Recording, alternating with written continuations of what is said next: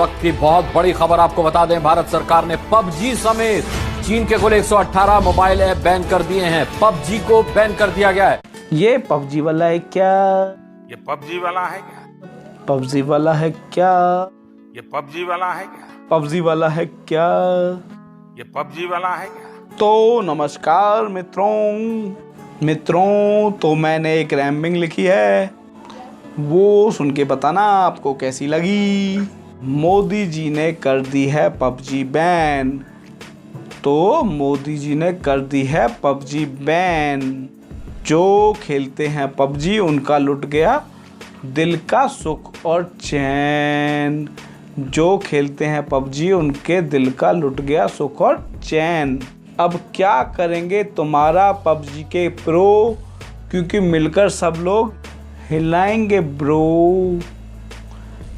जिन लोगों को ये बात समझ में आ गई वो मेरे को कमेंट में बताना ज़रूर कि क्या हिलाएंगे, और जिनको समझ में नहीं आई वो आगे उम्मीद लगाओ कि पबजी कैसे भारत में वापस आएगा। दोस्तों, हाल फिलहाल में चाइना ने जो किया वो सब आपको पता ही है। मतलब मेरा कि जैसे कुछ दिन पहले गलवान घाटी में इन लोगों ने जो हरकत की थी, उसके बाद अपनी 59 ऐप्स इन्होंने बैन करवा ली थी, और उसके बाद अब पैंगोंग इलाके में जो इन्होंने किया है, उसके बाद पबजी के साथ इन्होंने 118 ऐप अपनी फिर से बैन करवा ली हैं, और सर्जिकल स्ट्राइक 2.0 मतलब डिजिटल सर्जिकल स्ट्राइक 2.0 करवा लिया है अपने ऊपर। तो इस चीज़ से एक बात बिल्कुल साफ हो चुकी है कि चाइना भी पाकिस्तान का भाई है अब, क्योंकि बंधु है उसका।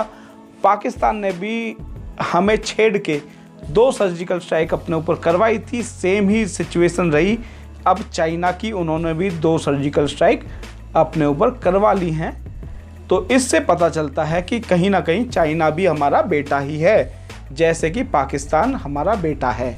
और एक ज़रूरी बात भी मैं बता दूं, अब इन दोनों देशों को ये समझ में अच्छी तरह से आ चुका है कि भारत को छेड़ना मतलब किसी न किसी तरह से इन देशों के आंतरिक घाव देना, ऐसा भारत अब करने लगा है। तो इन लोगों को ये समझ में आ चुका है कि भारत हमें छेड़ते ही आंतरिक घाव देगा, हमारे अंदर के घाव देगा, जिससे कि हमारी अर्थव्यवस्था कहीं ना कहीं डगमगा जाएगी।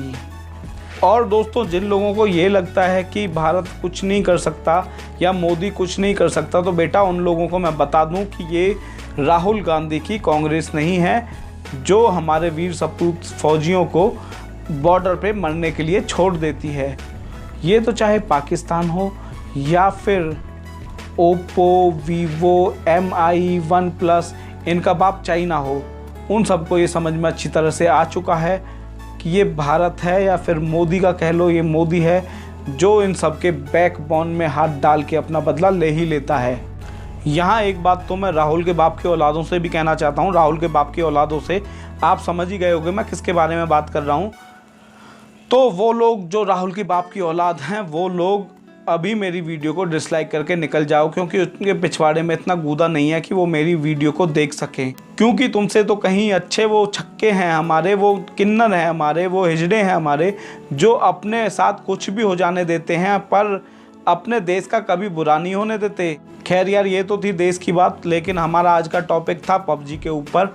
मतलब वही पबजी जो अब भारत से चल बसा है, अब कभी भारत में लौटकर नहीं आएगा। जिन्हें नहीं पता उन्हें मैं बता दूं, जो पबजी को बहुत ज़्यादा खेलते थे, कि पबजी अब टिकटॉक के जैसे भारत से चल बसा है, जो अब कभी भारत में उल्टा लौटकर नहीं आ रहा है। तो जो लोग इसको बहुत ज़्यादा मात्रा में खेलते थे, जो इसके एडिक्ट थे, जो इसके बिना जी नहीं सकते थे, मर नहीं सकते थे, उन्हें मैं बता दूं कि बेटे फ्री फायर की आदत अब डाल लो, क्योंकि पबजी अब कभी लौटकर नहीं आ रहा है इस संसार में, भारत वाले संसार में।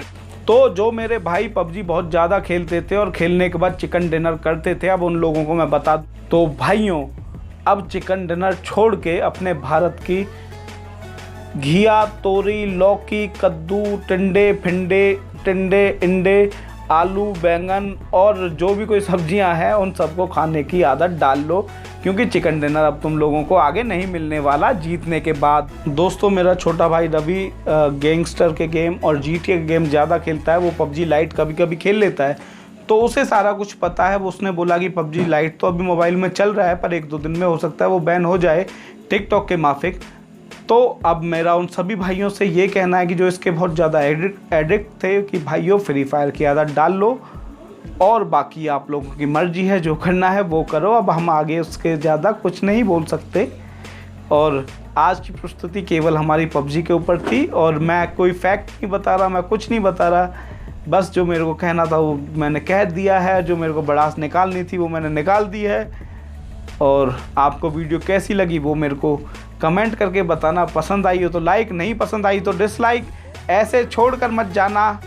और जो लोग नए हमारे साथ जुड़े हैं वो हमारे चैनल को सब्सक्राइब करके तब जाना, बाकी आप लोगों की मर्जी।